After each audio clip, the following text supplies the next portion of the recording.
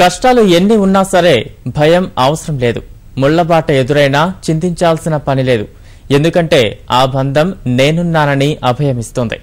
నిన్ను సమున్నతంగా నిలిపేందుకు దన్నుగా ఉంటుంది.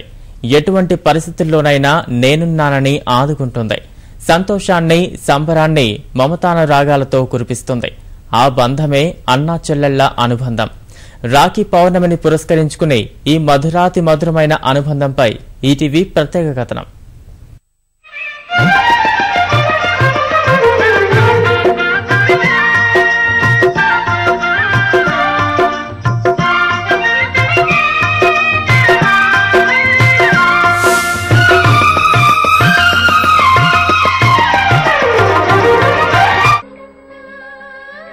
ఏడాది పొడుగున ఎన్నో పండుగలు, ఉత్సవాలు, వేడుకలు. వీటన్నింటిలో ప్రత్యేకమైనది రక్షాబంధన్. అన్నా చెల్లెళ్ల అనుబంధానికి ప్రతిరూపంగా ప్రేమ, స్నేహం కలగలిపి అనురాగాన్ని పంచే ఆత్మీయానుబంధమిది. ఆప్యాయంగా సోదరుడి చేతికి రాఖీ కట్టాలనే సోదరీమణుల ఆతృత, ఏమిచ్చైనా చెల్లికి సంబరాన్ని పంచాలనే సోదరుల కాంక్ష వెరసి రాఖీ పండుగ వన్నె తరగనిది, ప్రతి గుండె మరువనిది.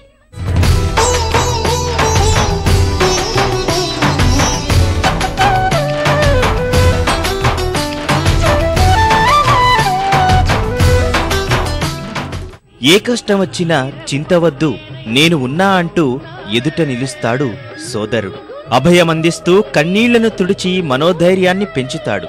నా కోసం మా అన్న ఉన్నాడనే భరోసాను సోదరి మనసున కలిగిస్తూ మమతలను పంచుతూ అనుబంధాలకు వన్నె తెస్తాడు. ఇలాంటి అన్న కోసమే ప్రతి సోదరి ఎదురు చూస్తుంది.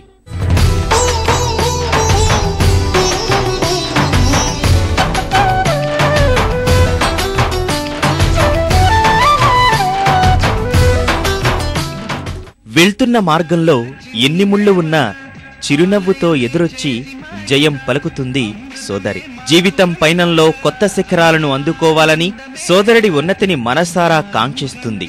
గుండెల్లో ఉన్న చిన్నపాటి నిరుత్సాహాన్ని, నిరాశను కూడా సోదరీమణులు చిటికలో మాయం చేస్తారు.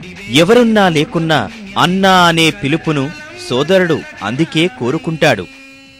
అందాల చిన్ని దేవత ఆలయమే చేసి మాయద, అమృతమే మాకు పంచగా అంతా ఆనందమే కదా. అనురాగం కంటి చూపులై, అభిమానం ఇంటి దీపమై, బ్రతుకంతా నిండు పుణ్యమై, ముడివేసే పూర్వ పుణ్యమే, కలకాలం మన్నలకు ప్రాణమై.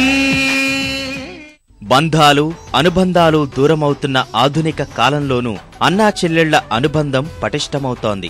యువత ఇప్పుడు కుటుంబంలోని అన్న, తమ్ముడు, చెల్లి, అక్క బంధాలకు ఎక్కువ ప్రాధాన్యమిస్తున్నారు. తమ ఒత్తిళ్లను, జీవిత రహస్యాలను, ప్రేమ విషయాలను ఇలా ఏదైనా తోడబుట్టిన వారితో పంచుకుంటున్నారు. ఒకరికి ఒకరు తోడుగా నిలుస్తూ తోడబుట్టిన బంధం అంటే ఆస్తుల్లో వాటా కోరేది కాదని నిరూపిస్తున్నారు.